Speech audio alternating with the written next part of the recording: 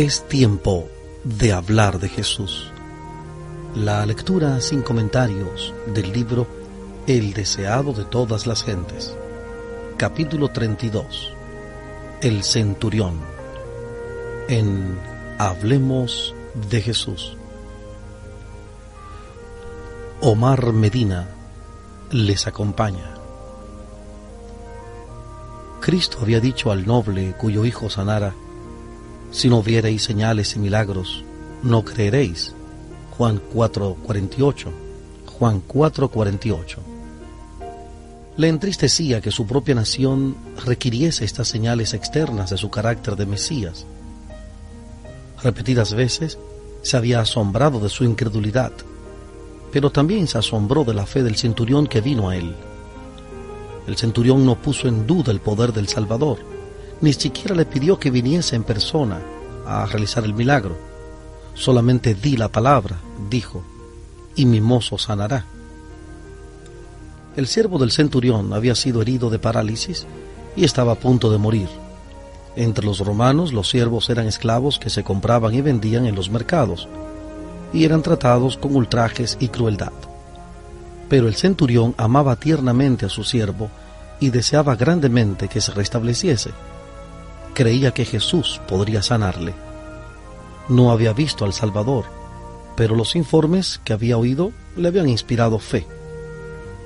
A pesar del formalismo de los judíos, este oficial romano estaba convencido de que tenían una religión superior a la suya. Ya había derribado las vallas del prejuicio y odio nacionales que separaban a los conquistadores de los conquistados. Había manifestado respeto por el servicio de Dios y demostrado bondad a los judíos adoradores de Dios. En la enseñanza de Cristo, según le había sido explicada, hallaba lo que satisfacía la necesidad del alma. Todo lo que había de espiritual en él respondía a las palabras del Salvador. Pero se sentía indigno de presentarse ante Jesús y rogó a los ancianos judíos que le pidiesen que sanase a su siervo. Pensaba que ellos conocían al gran maestro y sabrían acercarse a él para obtener su favor. Al entrar Jesús en Capernaum, fue recibido por una delegación de ancianos que le presentaron el deseo del centurión. Le hicieron notar que era digno de concedérsele esto, que ama nuestra nación y él nos edificó una sinagoga.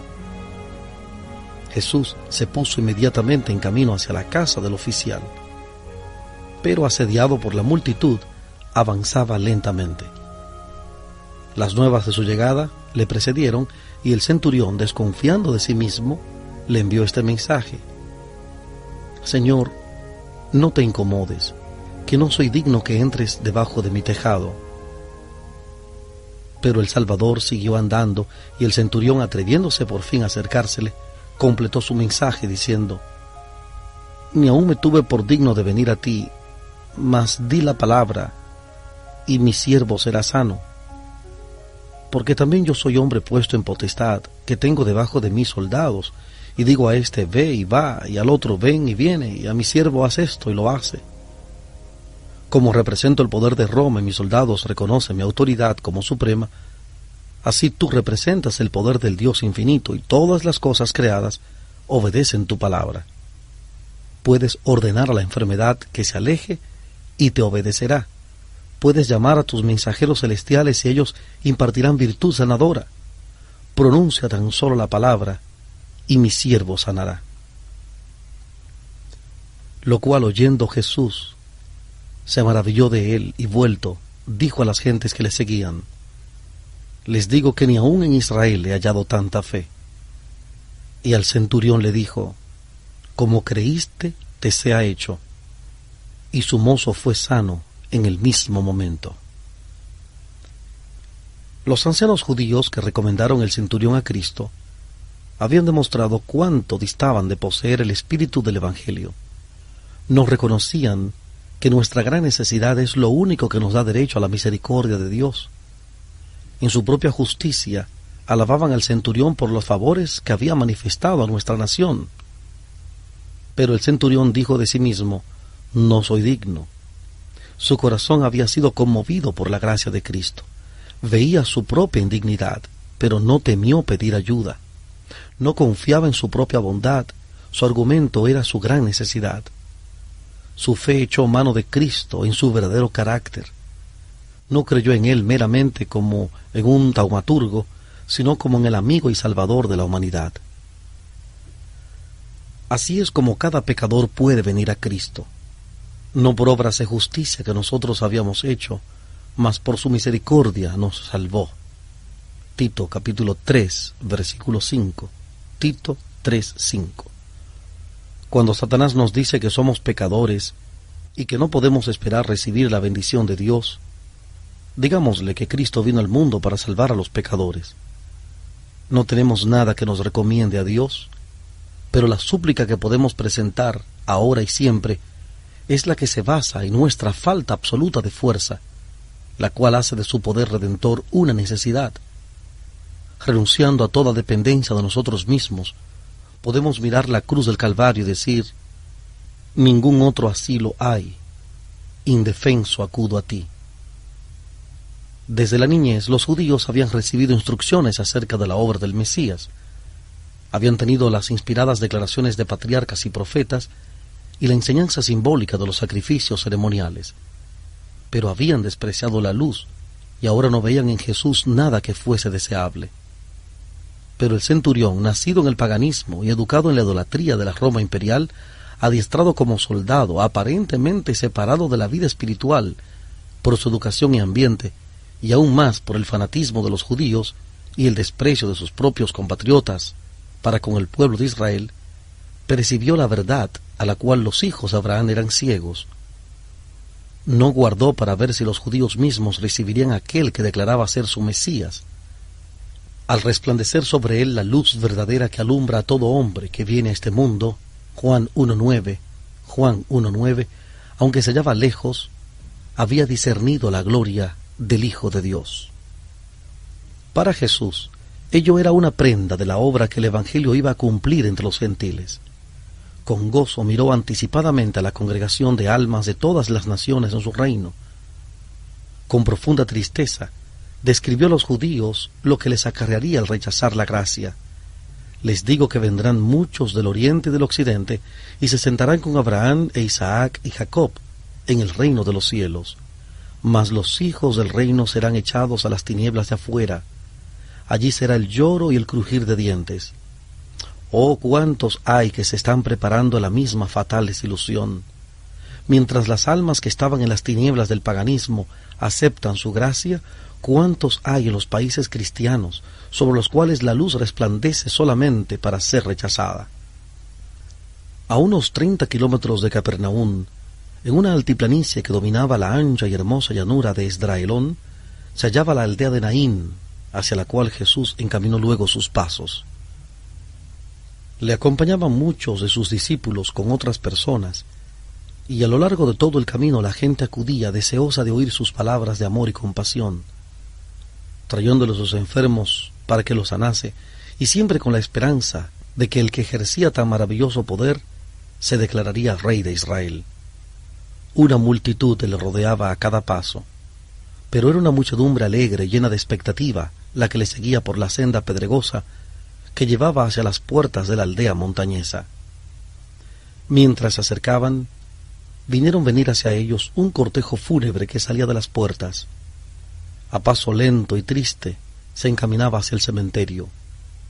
En un féretro abierto, llevado al frente, se hallaba el cuerpo del muerto, y en derredor de él estaban las plañideras que llenaban el aire con sus llantos. Todos los habitantes del pueblo parecían haberse reunido para demostrar su respeto al muerto y su simpatía hacia sus afligidos deudos.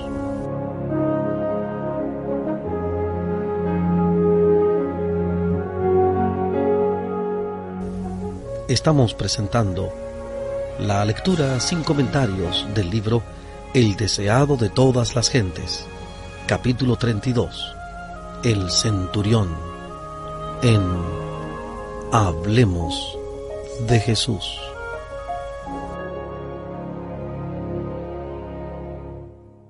Era una escena propia para despertar simpatías.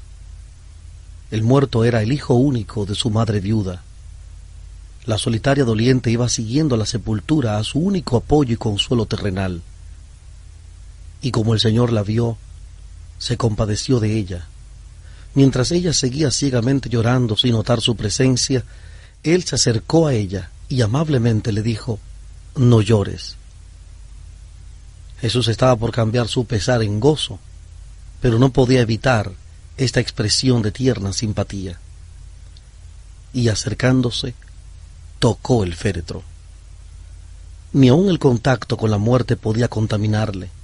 Los portadores se pararon y cesaron los lamentos de las plañideras.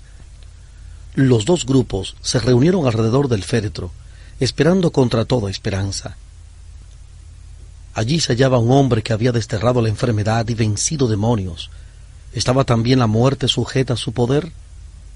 Con voz clara y llena de autoridad, pronunció estas palabras: «Mancebo, a ti te digo, levántate». Esa voz penetra los oídos del muerto. El joven abre los ojos. Jesús le toma de la mano y lo levanta. Su mirada se posa sobre la que estaba llorando junto a él, y madre e hijo se unen en un largo, estrecho y gozoso abrazo. La multitud mira en silencio, como hechizada, y todos tuvieron miedo. Por un rato permanecieron callados y reverentes, como en la misma presencia de Dios. Luego glorificaban a Dios diciendo que un gran profeta se ha levantado entre nosotros y que Dios ha visitado a su pueblo. El cortejo fúnebre volvió a Naín como una procesión triunfal, y salió esta fama de él por toda Judea y por toda la tierra de alrededor. El que estuvo al lado de la apesadumbrada madre cerca de la puerta de Naín vela con toda persona que llora junto a un ataúd. Se conmueve de simpatía por nuestro pesar. Su corazón, que amó y se compadeció, es un corazón de invariable ternura. Su palabra, que resucitó a los muertos, no es menos eficaz ahora que cuando se dirigió al joven de Naín. Él dice: «Toda potestad me es dada en el cielo y en la tierra». Mateo 28:18. Mateo 28:18.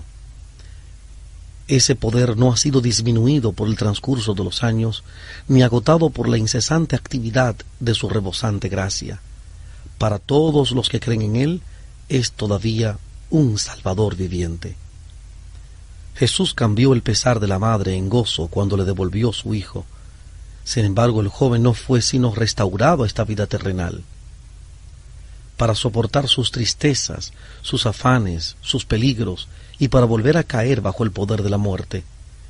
Pero Jesús consuela nuestra tristeza por los muertos con un mensaje de esperanza infinita: «Yo soy el que vivo y he sido muerto, y aquí que vivo por los siglos de los siglos, y tengo las llaves del infierno y de la muerte».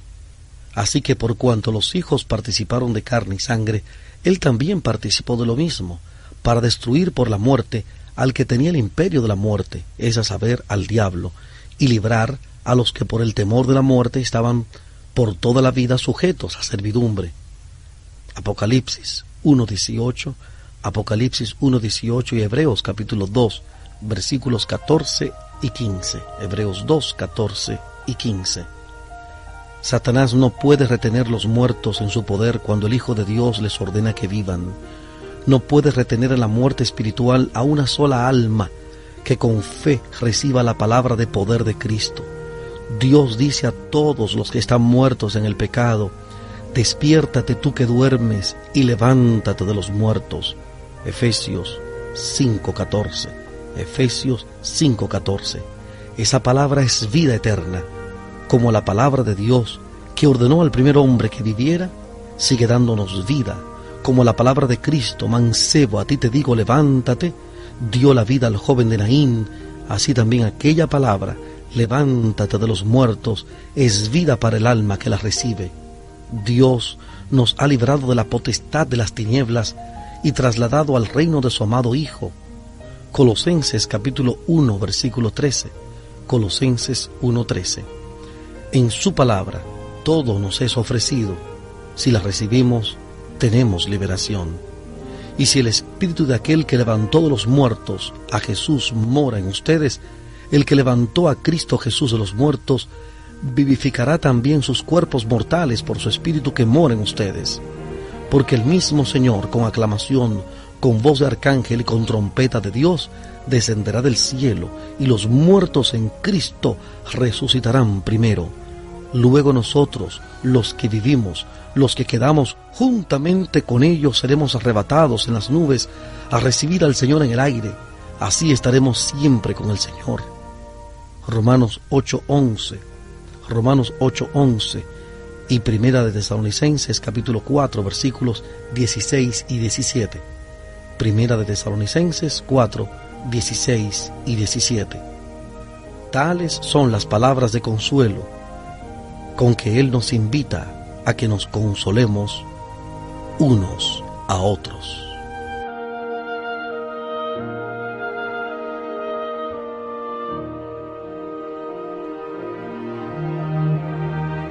Hemos presentado la lectura sin comentarios del capítulo 32 del libro El deseado de todas las gentes, capítulo 32, El centurión. Este capítulo está basado en el Evangelio según San Mateo capítulo 8, versículos 5 al 13, Mateo 8, 5 al 13, y Evangelio de Lucas capítulo 7, versículos 1 al 17, Lucas 7, 1 al 17. Hablemos de Jesús. Omar Medina les agradece la fina gentileza de la atención dispensada. Que Dios les bendiga.